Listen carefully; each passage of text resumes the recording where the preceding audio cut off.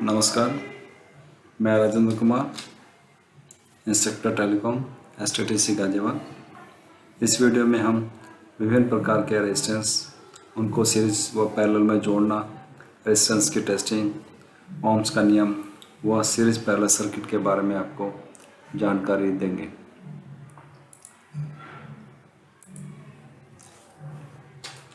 जो रेजिस्टेंस है वो एक बहुत ही ज़्यादा या बहुत ही कॉमनली इस्तेमाल होने वाला एक इलेक्ट्रॉनिक्स कंपोनेंट्स है, इलेक्ट्रिकल पुर्जा है। और जो रेजिस्टेंस है वो एक पैसिव डिवाइस है। अगर देखा जाए तो पैसिव डिवाइस नॉर्मली बेसिकली तीन होते हैं, एक रेजिस्टेंस, कैपेसिटेंस है, इंडक्टर।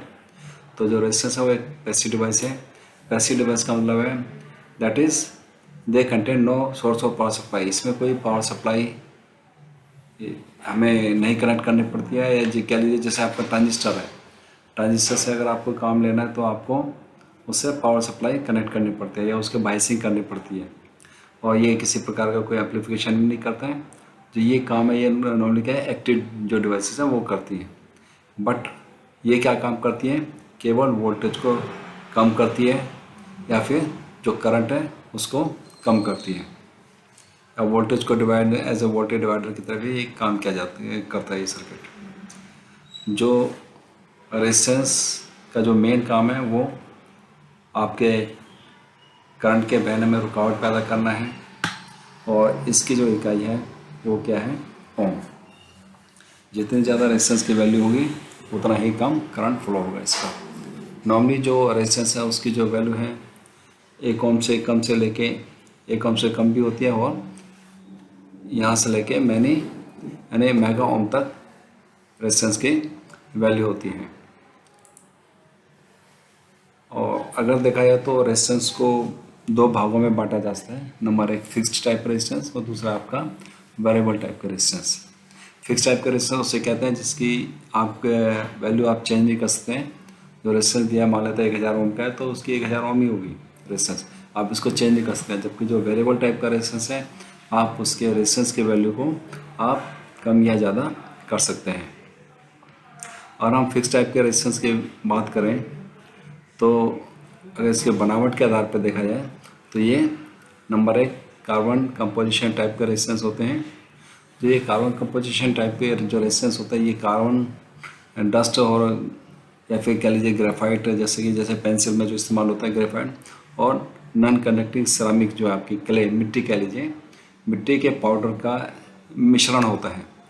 इसको आपस में वो मिला दिया जाता है और इसको चारों तरफ से कवर कर दिया जाता है प्रोटेक्टिव कोटिंग से, और दोनों तरफ एक लीड निकाल दी जाती है और ये इस तरह से ये रेजिस्टेंस बन जाता है।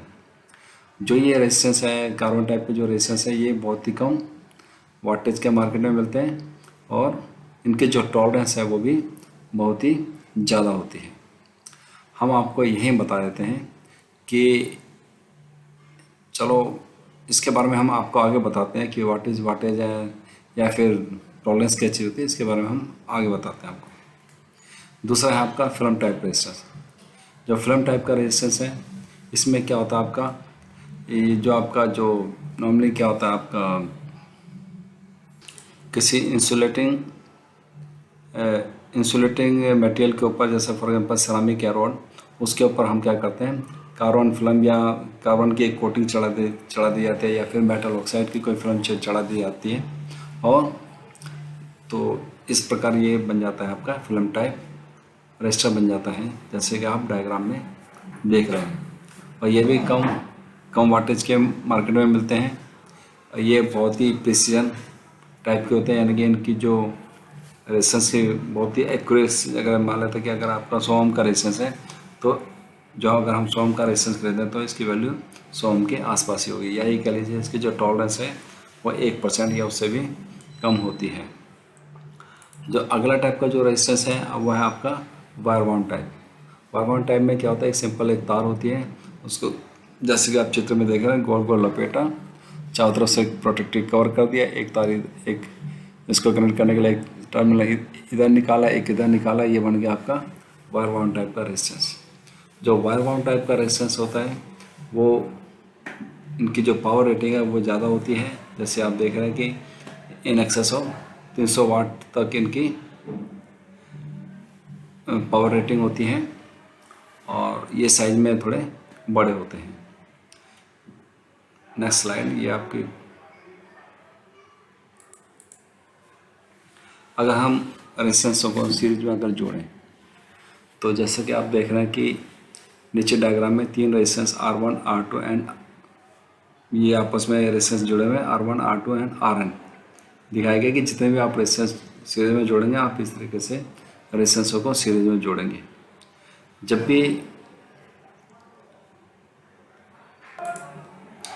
भी हम रेजिस्टेंसों को सीरीज में जोड़ते हैं तो पहली बात है कि अगर इसके अंदर से करंट फ्लो होगा तो करंट का पाथ एक ही होगा या एक ही लूप बनेगा। दूसरा, जब रेजिस्टेंसों को जोड़ते हैं, अगर हम टोटल रेजिस्टेंस की बात करें या इक्विवेलेंट रेजिस्टेंस, जैसे आपको देख रहे हैं इक्विवेलेंट रेजिस्टेंस का क्या मतलब है। इक्विवेलेंट रेजिस्टेंस का मतलब है कि अगर मान लेते हैं कि 3 रेजिस्टेंस हमने लगा रखे हैं, सीरीज में लगा रखे हैं, तो इक्विवेलेंट रेजिस्टेंस क्या होगा, अगर उसकी जगह उसकी इक्विवेलेंट वैल्यू का रेजिस्टेंस लगा दिया जाए तो उस सर्किट के अंदर से गुजरने वाले करंट या वोल्टेज पे कोई प्रभाव नहीं पड़ेगा। तो अगर रेजिस्टेंस सीरीज में लगा हुआ है तो उसका जो फार्मूला है टोटल रेजिस्टेंस निकालने का वो क्या है, R1 प्लस में R2 प्लस में R3 dash plus dash Rn, यानी कि जितने भी रेजिस्टेंस सीरीज में लगे हुए हैं उनको आपने क्या करना है, सिंपली अलजेब्रिक सिंपली जोड़ देना है आपने। जैसे मान लेते हैं कि 3 रेजिस्टेंस सीरीज में लगे हुए हैं, एक के रेजिस्टेंस की वैल्यू है 10 ओम, एक के रेजिस्टेंस की वैल्यू 20 ओम, एक की आपकी 30 ओम। अगर हमने इनको सीरीज में जोड़ दिया तो टोटल रेजिस्टेंस क्या हो जाएगा, सिंपली आपने इनको जोड़ देना 10 प्लस 20 प्लस 30, 10 प्लस 20 प्लस 30, ये आ जाएगा आपका 60 ओम। तो इस तरह से हम टोटल रेजिस्टेंस की वैल्यू को हम निकाल सकते हैं। और अगर हम रेजिस्टेंसों को सीरीज में जोड़ेंगे, देखिए सीरीज में कैसे जोड़ते हैं, ये देखिए R1, R2, Rn, ये आपको डायग्राम में दिखाया गया है। ये रेजिस्टेंस आपके सब पैरेलल में कनेक्टेड है। रेजिस्टेंसों को जब हम पैरेलल में जोड़ते हैं तो उससे पहले हम आपको ये बता देते हैं, पीछे चलते हैं। रेजिस्टेंस को जब हम सीरीज में जोड़ते हैं तो होता क्या है कि कुल रेजिस्टेंस का मान बढ़ जाता है। टोटल रेजिस्टेंस का मान क्या होगा, आपका बढ़ जाएगा। इसका मतलब है, मान लेते हैं कि एक रेजिस्टेंस लगा हुआ है 10 ओम का, ठीक है, 10 ओम का रेजिस्टेंस है। अगर हमने इस सीरीज में एक रेजिस्टेंस और जोड़ दिया, मान लेते हैं कि 20 ओम, तो टोटल रेजिस्टेंस की वैल्यू क्या हो जाएगी आपकी 30 ओम, यानी टोटल रेजिस्टेंस की वैल्यू क्या हो जाएगी, बढ़ जाएगी। अगर हमने एक रेजिस्टेंस और जोड़ दिया, मान लेते हैं 30 ओम, तो टोटल रेजिस्टेंस की वैल्यू क्या हो जाएगी 60 ओम। तो कुल मिला के रेजिस्टेंसों को सीरीज में जोड़ने पर कुल रेजिस्टेंस का मान बढ़ जाता है। अगर हम पैरेलल सर्किट की बात करते हैं तो देखिए ये पैरेलल में कनेक्टेड है, और पैरेलल सर्किट में अगर हम टोटल रेजिस्टेंस की बात करें तो टोटल रेजिस्टेंस की वैल्यू कैसे कैलकुलेट करते हैं, फार्मूला क्या है, 1/R टी मतलब टोटल कह लीजिए, 1/R total is equal to 1/R1 plus में 1/R2 प्लस में, ऐसे करके आप टोटल रेजिस्टेंस की वैल्यू निकाल सकते हैं। अगर मान लेते हैं कि 2 रेजिस्टेंस पैरेलल में लगे और एक रेजिस्टेंस की वैल्यू आपकी 3 ओम है और एक क्या वैल्यू है आपकी 6 ओम, तो टोटल रेजिस्टेंस निकालने के लिए हम क्या करेंगे, इसका फार्मूला होगा 1/RT, RT का मतलब टोटल इसकल टू 1/3 प्लस में 1/6। अगर हम इसको कैलकुलेट करेंगे तो आंसर आ जाएगा आपका 2 ओम। तो ये 2 ओम क्या हो गया, आपका टोटल रेजिस्टेंस हो गया। अगर हम पैरेलल रेजिस्टेंस की बात करें तो जब हम रेजिस्टेंस को पैरेलल सर्किट में जोड़ते हैं तो कुल रेजिस्टेंस का मान कम हो जाता है। कुल रेजिस्टेंस का मान क्या हो जाएगा, कम हो जाएगा। जैसे फॉर एग्जांपल, जैसे हमने एग्जांपल लिया, अगर एक 3 ओम का रेजिस्टेंस आपके पास कनेक्टेड है, 3 ओम है उसकी वैल्यू, लेकिन अगर हमने इसके पैरेलल में क्या किया, एक रेजिस्टेंस वो जोड़ दिया जिसकी वैल्यू 6 ओम है, तो टोटल जो रेजिस्टेंस की वैल्यू है वो कितनी हो जाएगी आपकी 2 ओम, यानी कुल रेजिस्टेंस का मान क्या हो गया, कम हो गया। इसके अलावा क्या है कि जो कुल रेजिस्टेंस का मान होगा पैरेलल में लगे हुए जो सबसे कम रेजिस्टेंस की जो वैल्यू होगी उससे भी हमेशा कम होगी। जैसे फॉर एग्जांपल 3 ओम और 6 ओम हमने पैरेलल में लगाया तो टोटल रेजिस्टेंस की वैल्यू क्या आई, 2 ओम आई, और ये 2 ओम की जो वैल्यू है वो जो पैरेलल में जो रेजिस्टेंस लगे थे 3 और 6 ओम से सबसे कम रेजिस्टेंस की वैल्यू क्या, तो कुल रेजिस्टेंस की वैल्यू क्या होगी, 3 ओम से भी कम आएगी, यानी कि 2 ओम। और अगर हम 3 ओम और 6 ओम अगर पैरेलल में लगे हैं, अगर हम इनके पैरेलल में एक रेजिस्टेंस और जोड़ देते हैं, मान लेते हैं वो रेजिस्टेंस की वैल्यू है 1 ओम, तो टोटल रेजिस्टेंस की वैल्यू 1 ओम से भी कम आएगी। तो रेजिस्टेंस को अगर पैरेलल में जोड़ते हैं तो उसका फार्मूला ये आपके सामने दिखाया गया है, दिया हुआ है, और कुल रेजिस्टेंस का मान क्या होगा, हमेशा कम हो जाएगा। कितना कम हो जाएगा, जो सबसे कम रेजिस्टेंस है पैरेलल में जुड़ा हुआ उससे भी हमेशा कम होगा। रेजिस्टेंस को हम सीरीज और पैरेलल के कॉम्बिनेशन में जोड़ सकते हैं। जैसे आपका डायग्राम देख रहे हैं, इसमें ये क्या है, सीरीज और पैरेलल, दो रेजिस्टेंस R1 एंड R2 ये पैरेलल में जुड़े हुए हैं, और इन दोनों के जो पैरेलल जो रेजिस्टेंस है इसके सीरीज में क्या लगा हुआ है, R3 रेजिस्टेंस लगा हुआ है। तो इसकी कैलकुलेशन कैसे करेंगे, तो इसकी कैलकुलेशन देखिए, सबसे पहले क्या कीजिए, आप R2 मान के चलते हैं कि जो R1 की वैल्यू कितनी है आपकी 3 ओम, R2 की वैल्यू है 6 ओम, और आपकी R3 की वैल्यू है आपकी 3 ओम। तो सबसे पहले हम R1 और R2 की टोटल रेजिस्टेंस की वैल्यू करेंगे, तो टोटल रेजिस्टेंस कितना आ जाएगा आपका 2 ओम। तो इसका मतलब ये है कि ये इन दो रेजिस्टेंस की जगह हम एक ये पॉइंट और इन दो पॉइंटों के बीच में हम 2 ओम का रेजिस्टेंस लगा सकते हैं, और ये 2 ओम और ये 2 ओम का रेजिस्टेंस ये इक्विवेलेंट आ गया R1 और R2 का, और ये किसका सीरीज में लगा हुआ है, R3 के सीरीज में लगा हुआ है। जब सीरीज में लगा तो हम टोटल रेजिस्टेंस कर निकालेंगे, अब इनको सिंपली जोड़ देना है, यानी कि 2 + 2 इसका तो कितना हो गया आपका 4 ओम। तो टोटल रेजिस्टेंस की वैल्यू आ जाएगी आपकी 4 ओम। तो जो रेजिस्टेंस है हम उनको सीरीज में भी जोड़ सकते हैं, पैरेलल में जोड़ सकते हैं, और सीरीज पैरेलल कॉम्बिनेशन में भी हम जोड़ सकते हैं।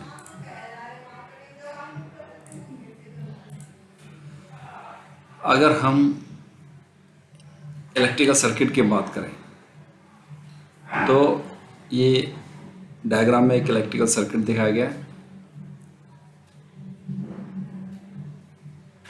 इस इलेक्ट्रिकल सर्किट में देखिए क्या क्या लगा हुआ है। देखिए एक वोल्टेज सोर्स लगा हुआ है, और अगर आप देखेंगे तो 2 लैंप लगे हुए हैं जो कि सीरीज में लगे हुए हैं, यानी कि एक लोड लगा हुआ है, और अगर आप देखेंगे तो इसमें एक स्विच लगा हुआ है इसको ऑन या ऑफ करने के लिए, और साथ में क्या लगा हुआ है, फ्यूज लगा हुआ है।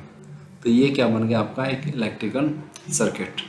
तो नॉर्मली क्या है कि जो एक इलेक्ट्रिकल सर्किट है तो उसमें क्या होता है, एक वोल्टेज सोर्स होगा आपका, सीधी सी बात है कि लोड लगा होगा, इसके अलावा क्या है, कंट्रोलिंग डिवाइस लगी होगी, यानी कि जो स्विच है ये क्या आपका एक तरह से कंट्रोलिंग डिवाइस है ऑन या ऑफ करने के लिए।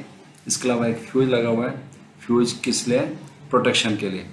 जो फ्यूज है आपका जो ये सर्किट है, इसको जब इसके अंदर से किसी वजह से अगर ज़्यादा करंट फ्लो होता है या शॉर्ट सर्किट हो जाता है, उसकी वजह से जो हैवी करंट फ्लो होता है उसे इस सर्किट को बचाता है।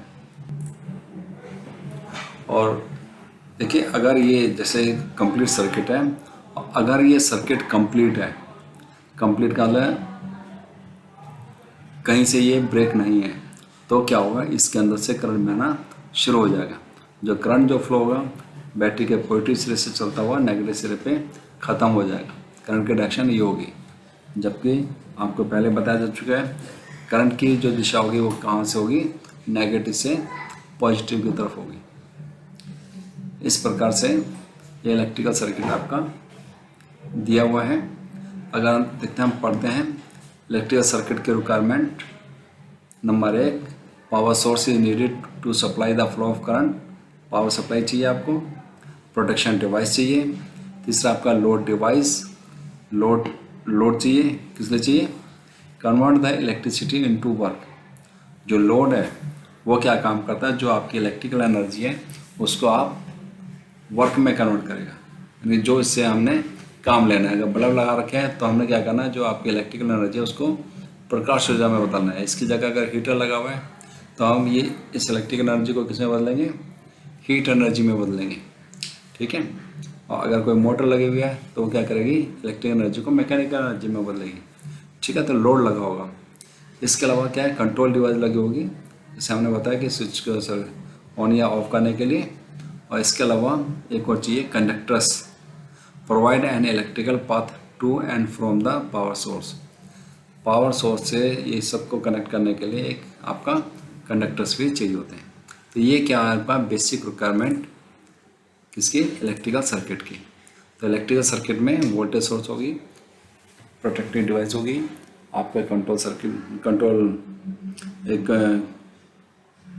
क्या कहेंगे इसको, कंट्रोल डिवाइस होगी, जो डिवाइस होगी जो इसको कंट्रोल करेगी, लोड होगा, और आपके कंडक्टर्स होंगे। अब हम आगे पढ़ते हैं ओम्स के नियम के बारे में। ओम्स का नियम जैसे आप स्क्रीन पे देख रहे हैं, अगर ओम्स का अगर देखा जाए तो इसका जो हम पढ़ाते हैं आपको कैसे पढ़ाते हैं, जब भी किसी चालक में बहने वाली धारा यानी किसी कंडक्टर में बहने वाली धारा उसके दोनों सिरों पर लगाए गए विभवांतर के समानुपाती होती है यदि भौतिक अवस्थाएं जैसे टेम्परेचर, मॉइस्चर इत्यादि स्थिर है। तो किसी भी कंडक्टर में जो बहने वाली धारा है यानी कि करंट है वो किसके डायरेक्टली प्रोपोर्शनल होती है, वोल्टेज के। इसका मतलब यह है कि अगर हम वोल्टेज को बढ़ाते हैं तो उसके अंदर से बहने वाला करंट भी उसी अनुपात से बढ़ेगा या कम होगा। अगर हम वोल्टेज को कम करते हैं तो उसी अनुपात से करंट कम होगा, अगर वोल्टेज को बढ़ाते हैं उसी अनुपात से करंट पहले क्या बोला था अभी, कम या ज़्यादा होगा, सीधी बात।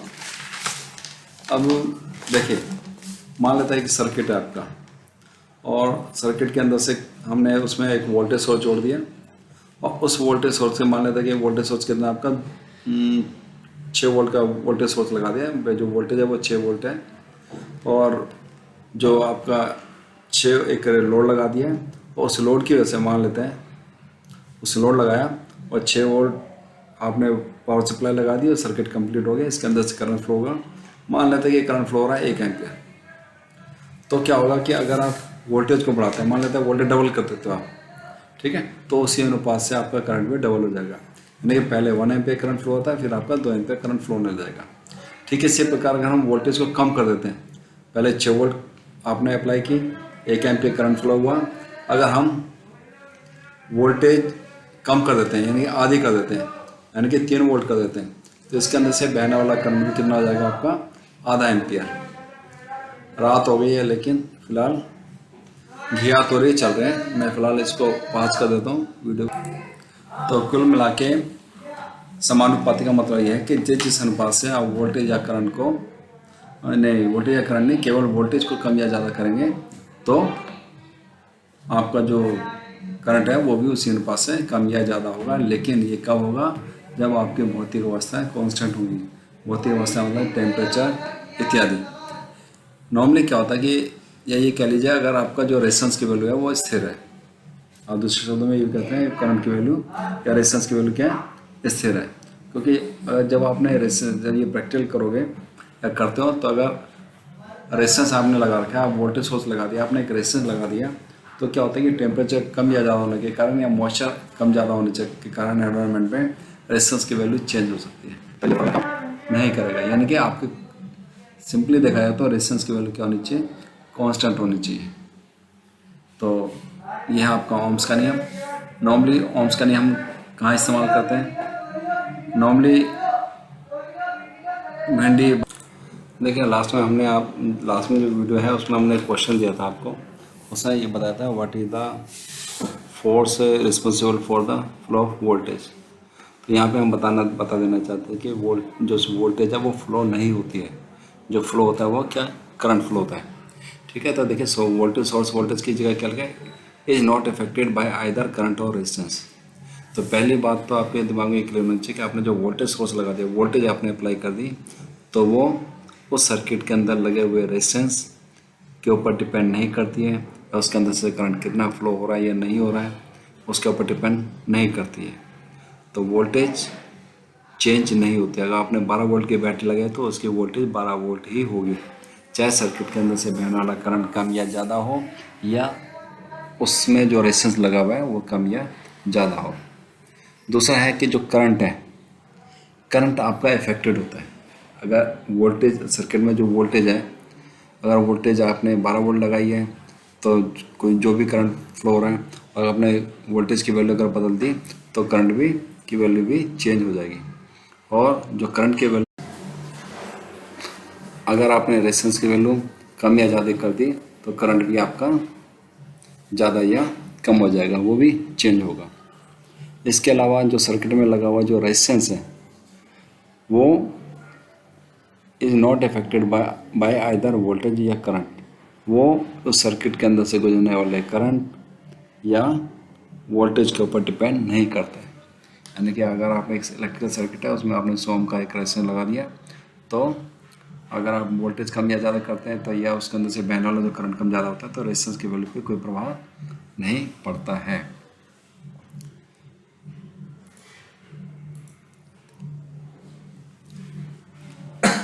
आगे हम बात करते हैं इलेक्ट्रिकल सर्किट्स के बारे में।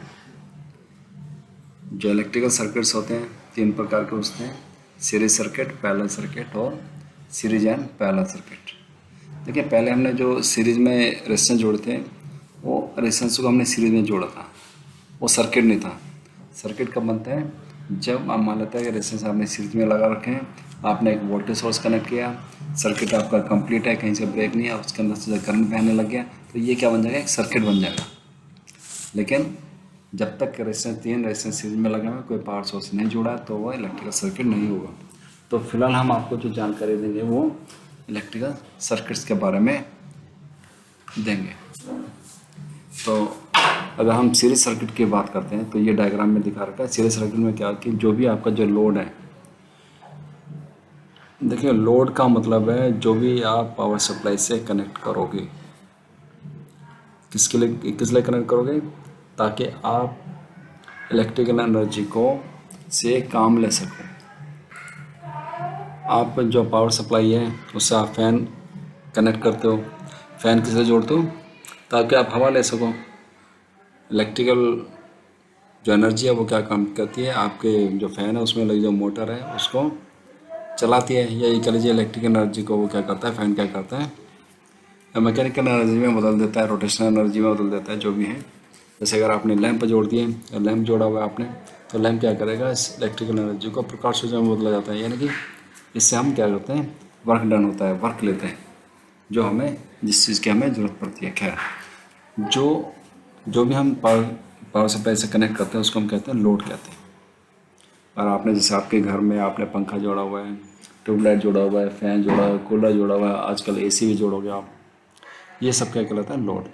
और नॉर्मली जो इलेक्ट्रिकल सर्किट है उसमें जो लोड है उसको हम रेजिस्टेंस के द्वारा प्रदर्शित करते हैं, क्योंकि कोई भी आपका लोड है तो उसका कुछ ना कुछ रेजिस्टेंस होता है। ठीक है, तो इलेक्ट्रिकल सर्किट में लोड को किस चीज़ से प्रदर्शित करते हैं, हम रेजिस्टेंस के द्वारा प्रदर्शित करते हैं। तो अगर हम सीरीज सर्किट की बात करते हैं तो सीरीज सर्किट जैसे आप डायग्राम में देख रहे हैं कि 2 बल्ब सीरीज में जुड़े हुए हैं, यानी कि सीरीज सर्किट में क्या होगा, जो भी लोड लगा होगा वो सब सीरीज में लगे होंगे। तो यहाँ पे इस डायग्राम में क्या है, 2 बल्ब सीरीज में लगे हुए हैं, तो ये क्या कहलाएगा, आपका सीरीज सर्किट कहलाएगा। अगर आप सीरीज सर्किट को अगर आप ध्यान से देखेंगे तो इसमें एक ही लूप बनता है, यानी सप्लाई का पॉजिटिव सिरे से चला और जैसे आपका फ्यूज, आपका जो स्विच 2 आपका रेजिस्टेंस है, इससे होता है जो रिटर्न पाथ है यहाँ से होते हुए नेगेटिव सिरे पे ख़त्म होता है, तो कुल मिला के एक लूप बना। इसमें क्या होता है, करंट के जो बहने की एक ही दिशा होगी, एक ही लूप बनेगा, यानी पॉजिटिव सिरे से चला और ऐसे कंप्लीट करते हुए नेगेटिव सिरे पे ख़त्म हो गया, एक लूप बनेगा। तो यहाँ पे एक बात और है कि ये करंट तभी फ्लो होगा जब आपका सर्किट कंप्लीट होगा। अगर सर्किट कंप्लीट नहीं होगा तो कोई करंट फ्लो नहीं होगा। सीरीज सर्किट में क्या होता है, देखिए कि अगर मान लेते हैं कि कहीं से भी कोई ब्रेक हो गया, मान लेते हैं एक बल्ब फ्यूज हो गया आपका, तो बल्ब फ्यूज हुआ तो यहाँ पे क्या हो जाएगा, ओपन सर्किट हो जाएगा, ब्रेक हो जाएगा। जैसे ब्रेक होगा इसके अंदर से बहने वाला करंट बंद हो जाएगा, कोई करंट फ्लो नहीं होगा, तो आपके दोनों के दोनों बल्ब बंद हो जाएंगे। सीरीज सर्किट में क्या होता है, नंबर 1 जो करंट की वैल्यू है वो क्या होगी, पूरे सर्किट में क्या होगी, सेम होगी। करंट की वैल्यू क्या होगी, सेम होगी। चाहे आप किसी भी पॉइंट पे, किसी भी जगह पे आप करंट को नापेंगे तो करंट की वैल्यू क्या होगी, आपकी सेम होगी, नंबर 1। दूसरा क्या है कि जो वोल्टेज है, वो क्या हो जाएगी, डिवाइड हो जाएगी, जो बढ़ जाएगी कह लीजिए आप। तो वोल्टेज कौन सी बढ़ेगी, जो आपने वोल्टेज अप्लाई किया है। जैसे फॉर एग्जांपल और जो वोल्टेज जो डिवाइड होगी वो डिपेंड करती है रेजिस्टेंस की वैल्यू के ऊपर। जैसे आपका जो बैटरी सोर्स है मान लेते हैं वो है आपका 12 वोल्ट का, और आपने क्या किया है इसके सीरीज में 2 बल्ब लगा दिए। मान के चलता है कि दोनों बल्ब एक जैसे हैं, मान लेते कि दोनों के दोनों 40 वाट के ही हैं या 60 वाट के हैं जो भी हैं, हालांकि आजकल तो कम वाट के भी आते हैं। मान के चलता है पुराने बल्ब हैं 60 वाट के हैं दोनों, तो दोनों का रेजिस्टेंस क्या होगा, सेम ही होगा लगभग। तो क्या होगा, तो जो ये वोल्टेज है ये डिवाइड हो जाएगी, जो 12 वोल्ट है वो दोनों में डिवाइड हो जाएगी, यानी कि जो एक बल्ब है उसके अक्रॉस भी आपको 6 वोल्ट मिलेगी और जो दूसरा बल्ब है उसके अक्रॉस भी 6 वोल्ट मिलेगी, और इन दोनों का जो टोटल होगा वो किसके बराबर होगा, जो आपने वोल्टेज अप्लाई की है, यानी 12 वोल्ट 2 भागों में डिवाइड हो जाएगी। 2 भागों में क्या हो जाएगी, बराबर बराबर डिवाइड हो जाएगी। क्यों, क्योंकि दोनों आपका जो लोड है दोनों के रेजिस्टेंस क्या होगा, बराबर एक जैसे हैं। लेकिन अगर मान लेते कि आपने एक सर्किट लिया, उसमें क्या है कि 2 रेजिस्टेंस लगे हुए हैं सीरीज में, एक 3 ओम का लगा हुआ है, एक 6 ओम का लगा हुआ है, ठीक है, और आपने वोल्टेज अप्लाई कर दिया, मान लेते हैं कितने करोगे आप, 12 वोल्ट अप्लाई कर दिए मान लेते हैं, तो क्या होगा, इसके अंदर से करंट फ्लो होगा और कुछ वोल्टेज आपको 3 वोल्ट के क्रॉस मिलेगी, कुछ वोल्टेज आपको मिल जाएगी 6 ओम के जो रेजिस्टेंस है उसके क्रॉस मिलेगी। तो जो आपका जो 3 ओम का जो रेजिस्टेंस है इसके क्रॉस आपको मिलेगी 4 वोल्ट, और जो 6 ओम का रेजिस्टेंस है उसके अक्रॉस क्या मिलेगी आपको, 8 वोल्ट आपको मिल जाएगी। यानी कि जो 12 वोल्ट है वो डिवाइड हो गई 2 भागों में। 2 भागों में कैसे डिवाइड हुई, देखिए उसी रेशो में, जी किस अनुपात में, देखिए जहाँ पे रेजिस्टेंस की वैल्यू कम है वहाँ पे आपकी वोल्टेज कम मिलेगी, जहाँ रेजिस्टेंस की वैल्यू ज़्यादा है वहाँ पे ज़्यादा वोल्टेज मिलेगी। और कैसे मिलेगी, उसी अनुपात में जो अनुपात इन रेजिस्टेंस का है। जैसे 3 ओम का रेजिस्टेंस है वो 6 ओम के रेजिस्टेंस से आधा है, तो यहाँ पे जो वोल्टेज मिलेगी 3 ओम के रेजिस्टेंस के अक्रॉस, वो 6 ओम का जो रेजिस्टेंस है उसके अक्रॉस मिलने वाली वोल्टेज से भी क्या होगी, आधी होगी। तो यह है आपका सीरीज सर्किट। सीरीज सर्किट का अगर हम एग्जांपल दें तो हम ऐसा मान के चलते हैं, अच्छा सीरीज सर्किट में क्या है कि अगर एक भी अगर कहीं भी ब्रेक हो गया तो पूरा का पूरा सर्किट आपका बंद हो जाएगा।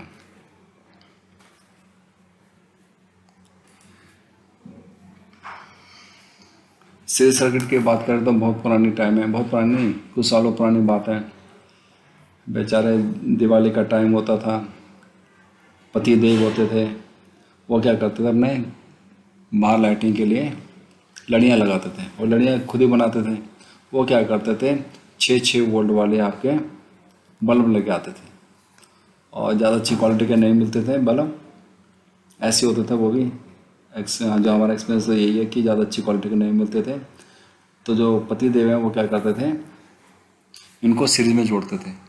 सीरीज में जोड़ेंगे तो कितने जोड़ेंगे, आप जो वोल्टेज अप्लाई कर रहे हैं वो कितने करेंगे, मान लेते कि 240 वोल्ट अप्लाई कर रहे हैं जो एसी सप्लाई।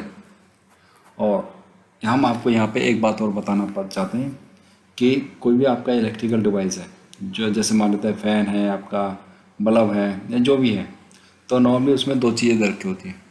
नंबर 1 उसके रेटेड वोल्टेज, कि वो उसको कितनी वोल्टेज चाहिए। जैसे आपने देखा होगा जो घरों में जो इस्तेमाल करते हैं उसमें लिखा होता है 220 वोल्ट एसी, कि उसको 220 वोल्ट एसी चाहिए काम करने के लिए। दूसरा क्या दे रखा होता है, उसकी वाटेज दे रखा है कि वो कितने वाट का है, कितने वाट के। जैसे बल्ब है, पहले आते थे 40 वाट के, 60 वाट के, आजकल एलईडी बल्ब आते हैं। एलईडी बल्ब आने के जो 60 वाट का बल्ब है वही क्या 5 वाट का जो एलईडी बल्ब है उतनी ही रोशनी देता है, 5 वाट, 9 वाट जो भी है, 12 वाट। तो 2 चीज़ें दे रखी होती हैं कोई डिवाइस है कि उसको वोल्टेज कितनी चाहिए और आपके उसकी वाटेज क्या है। अगर आपने जैसे मान लेते हैं फ़ैन है आपके घर में लगा हुआ है फ़ैन, अगर आपने फ़ैन को अगर 220 वोल्ट एसी दे दी पूरी की पूरी जितनी इसको चाहिए, तो ये फुल स्पीड पे जितनी स्पीड से चलना चाहिए उतनी स्पीड पे चलेगा। ठीक इसी प्रकार से अगर एक बल्ब लगा हुआ है, अगर आपने उस बल्ब को, पुराने ज़माने की बात करें, पुराने जो बल्ब होता था, अगर आपने मान लेते कि 40 वाट का बल्ब है और अगर आपने उसको पूरी की पूरी 220 वोल्ट एसी दे दी, तो क्या है कि जितनी लाइट 40 वाट के बल्ब को देनी चाहिए उतनी वो लाइट देगा। लेकिन अगर आपने वोल्टेज कम दी तो वो कम लाइट देगा। इसी प्रकार से जो फ़ैन है, फ़ैन में अगर आपने वोल्टेज कम दी तो क्या होगा, वो थोड़ा सा कम स्पीड से चलेगा, ज़्यादा तेज़ नहीं चलेगा। तो अगर आपने प्रॉपर वोल्टेज दी तो प्रॉपर काम करेगा, अगर कम वोल्टेज दी तो नुकसान तो नहीं होगा, लेकिन वो थोड़ा आउटपुट कम देगा, जैसे रोशनी कम देगा या स्पीड कम होगी।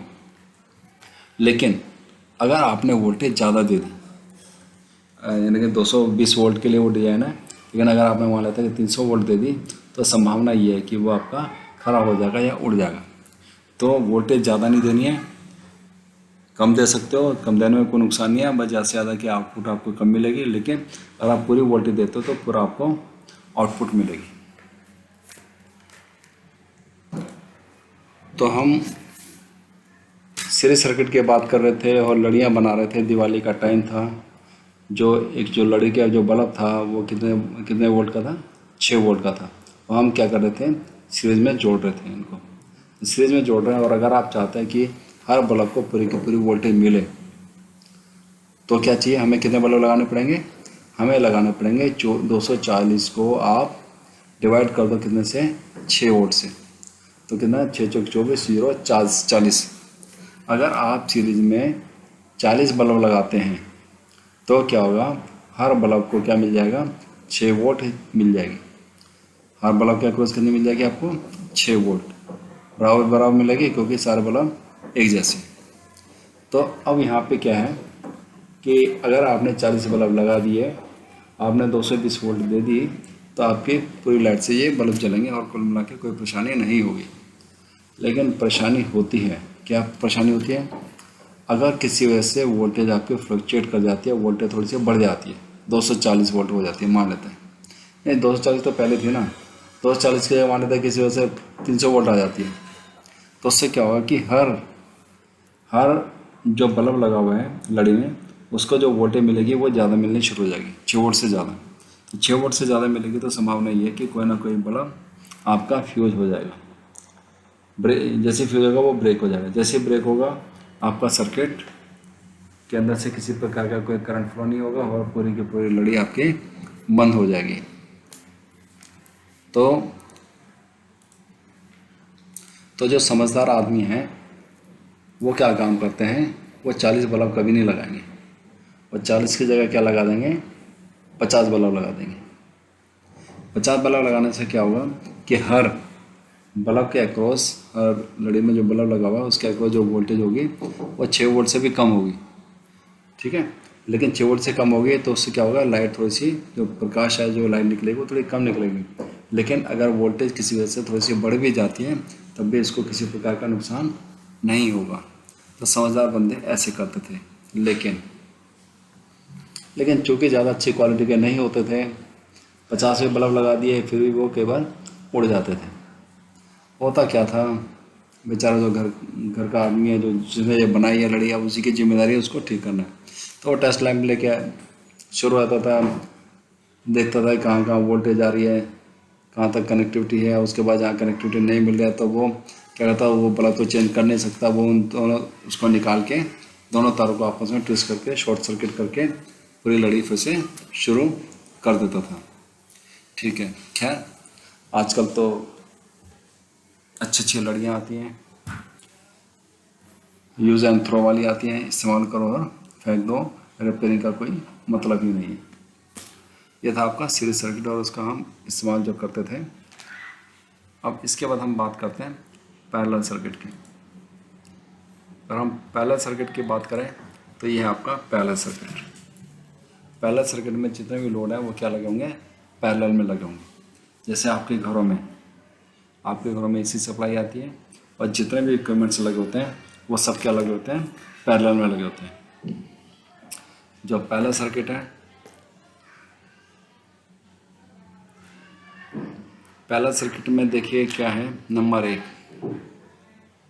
जो पैरेलल सर्किट में क्या होगा कि जितने भी आपके पैरेलल सर्किट में मान लेते हैं जितने भी रेजिस्टेंस लगे हुए हैं, मान लेते हैं 2 बल्ब लगे हुए हैं, 3 बल्ब लगे हुए हैं या रेजिस्टेंस लगे हुए हैं, तो सभी क्या होगा, जो वोल्टेज है वो क्या होगी, आपकी एक समान होगी। पैरेलल सर्किट में जो वोल्टेज है वो क्या होगी, एक समान होगी। जैसे आपके घरों में जितने भी इक्विपमेंट लगे हैं वो सब क्या पैरेलल में लगे होते हैं। जब पैरेलल में लगे होते हैं तो क्या होता है, हर इक्विपमेंट को आपको 220 वोल्ट मिल जाती है। इसके अलावा पैरेलल सर्किट के अंदर में जो करंट है, जो फ्लो होता है, जो अलग अलग जो ब्रांच होती है आपकी ब्रांच में जो बहने वाला जो करंट है वो क्या होता है, डिफरेंट होता है। ये डिपेंड करता है रेजिस्टेंस के वैल्यू के ऊपर। अगर किसी रेजिस्टेंस की वैल्यू अगर कम है तो उस ब्रांच के अंदर से करंट ज़्यादा फ्लो होगा। अगर किसी ब्रांच का रेजिस्टेंस अगर ज़्यादा है तो उसकी वैल्यू क्या होगी, कम होगी, करंट उसके अंदर से बहने वाले करंट की वैल्यू कम होगी। तो इस प्रकार से हमने क्या देखा कि जो पैरेलल सर्किट है उसमें वोल्टेज का मान एक समान होगा और जो करंट है वो डिपेंड करता है उसके अंदर से बहने वाले करंट के ऊपर। इसके अलावा अभी हम आपको एक बात बता देते हैं कि जो वाटेज है, मान लेते हैं एक बल्ब है 40 वाट का और एक बल्ब है आपका, एक बल्ब कितना आपका, चलो 100 वाट का करते हैं, 100 वाट का। तो जो 40 वाट का बल्ब है उसके अंदर से जो करंट है वो कम फ्लो होगा और जो 100 वाट का बल्ब है उसके अंदर से जो करंट है वो ज़्यादा फ्लो होगा। इसका मतलब ये हुआ कि जो 100 वाट का जो बल्ब है उसमें उसका जो रेजिस्टेंस की वैल्यू है वो क्या होगी, कम होगी। रेजिस्टेंस की वैल्यू कम होगी तभी तो करंट ज़्यादा फ्लो होगा। और जो 40 वाट का जो बल्ब है उसका जो रेजिस्टेंस होगा वो क्या होगा, ज़्यादा होगा, जिसका उसके अंदर से करंट कम फ्लो होगा। तो पैरेलल सर्किट का इस्तेमाल कहाँ करते हैं, घरों में पैरेलल सर्किट का यहाँ इस्तेमाल करते हैं। एक बार पढ़ लेते हैं जो स्लाइड में लिखा हुआ है। सीरीज सर्किट के बारे में लिखा हुआ है शुरू में, ये series circuit has only one path to ground, यानी एक ही पाथ होगा। So electron must go through each components to get back to ground. All loads are placed in series. जैसे कि आप जानते हैं सभी रेजिस्टेंस सीरीज में लगे होंगे और एक ही पाथ होगा। इसके अलावा क्या है, एन ओपन सर्किट ऑलरेडी बताया जा चुका है। अगर कहीं भी सीरीज सर्किट में कहीं भी ओपन हो जाए तो आपका पूरा सर्किट डिसेबल हो जाएगा, काम करना बंद हो जाएगा। The voltage device shares between the load, जो लोड है उसके बीच में आपकी जो वोल्टेज है वो डिवाइड हो जाएगी, शेयर्ड हो जाएगी। The current flow is the same through out the, पूरे सर्किट में करंट सेम होगा। The resistance of each load can be different, जो लोड है उसका रेजिस्टेंस अलग अलग हो सकता है। और पैरेलल सर्किट की बात करें तो parallel circuit has more than one path for current flow, कि पैरेलल सर्किट में क्या होगा, एक से ज़्यादा लूप बनेंगे या ये कह लीजिए करंट के कई सारे रास्ते होंगे।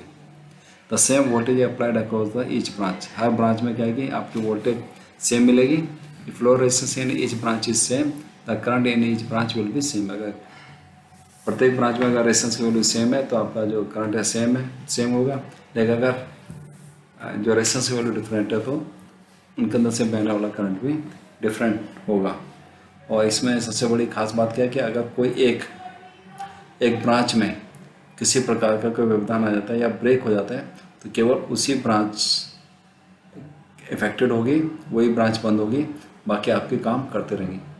जैसे फॉर एग्जांपल, जैसे आपका जो मान लेते कोई आपके घरों में जो लगा है फ़ैन है, मान लेते फैन खराब हो गया, कुछ बल्ब खराब हो गया तो वही बल्ब खराब होता है, बाकी आपके जो डिवाइस है इलेक्ट्रिकल डिवाइस वो काम करते रहते हैं। देखिए स्लाइड में, अगली स्लाइड में क्या है, पैरेलल सर्किट के बारे में कुछ जानकारी दी हुई है, हालांकि हम आपको बता चुके हैं। In the event of an open circuit in the circuit in one of the branch current will continue to flow through the remaining. एक सर्किट में प्रॉब्लम आती है तो बाकी जो ब्रांच में जो डिवाइस लगे हैं वो काम करते रहेंगे। Each branch receive source voltage, हर ब्रांच को जो है वो जो सोर्स वोल्टेज है वो आपको मिलेगी पूरी। अगर 220 वोल्ट अप्लाई किया तो 220 वोल्ट मिलेगी, 48 वोल्ट है तो 48 वोल्ट मिलेगी। Current flow each branch can be different, her branch में से बहने वाला करंट अलग होगा। The resistance of each branch can be different, resistance अलग अलग हो सकता है। और आप जो लोड है या रेजिस्टेंस है उनको सीरीज और पैरेलल कॉम्बिनेशन भी हो सकता है। जैसे आपको डायग्राम में देख रहे हैं, दो आपके जो बल्ब है वो पैरेलल में लगे हुए हैं और इन दोनों को कंट्रोल करने के लिए एक वेरिएबल टाइप का रेजिस्टेंस लगा हुआ है, रियोस्टेट कहते हैं। आपने 12th में जब प्रैक्टिकल किए होंगे, प्रैक्टिकल के तब भी आपने एक रियोस्टेट देखा होगा। तो ये दोनों, ये क्या है, दो बल्ब पैरेलल में, उनके सीरीज में रेजिस्टेंस लगा हुआ है जो कि इनको कंट्रोल करता है। तो इसके अलावा आपको रेजिस्टेंस